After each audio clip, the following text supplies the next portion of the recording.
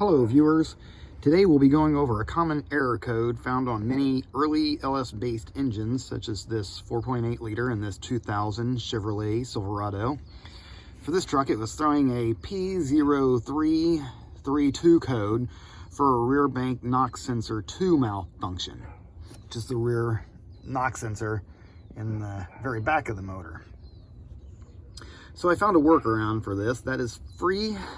Had the same issue on my 2003 Yukon with the rear bank sensor failing, the knock sensor on that truck there. Let's see. So the knock sensor wiring for number 2 is the light blue wiring. The dark blue is for the front knock sensor, number 1, located at the front of the engine, the front of the motor. Should it fail, it will trigger a P0327, meaning the front knock sensor has failed. But today we're going to be focused on the more common knock sensor failure, which is the rear, the one on the back, the knock sensor 2, which is the light blue color as far as the wiring goes. What I did to bypass this was to cut the light blue wire after the connection, giving enough room to splice into the dark blue working knock sensor wire. Should I ever decide to take off the intake and repair the rear knock sensor, I'll just purchase the wiring connection along with it, and they're pretty cheap, like under 20 bucks, but it's a few hour job to take off the intake, put on new gaskets, and reinstall everything. So this hack or trick worked just fine for me. Reset all my codes and erase them, and after that it's not come back. And I'll come back here and show you which one you're doing. Obviously, you're gonna have to take off the cover, which I've already done. This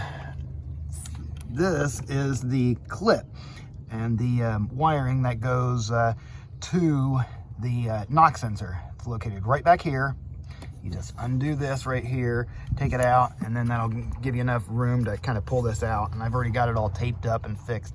The one I had problems with was the light blue wire right here, so I just took the light blue wire, kind of sliced into the dark blue wire, the working one, and kind of just wrapped it around there, put some electrical tape around it, and now it's working just fine. So as you can see, the light blue is the one that goes to the rear, and that was the one that was throwing a code and a check engine light.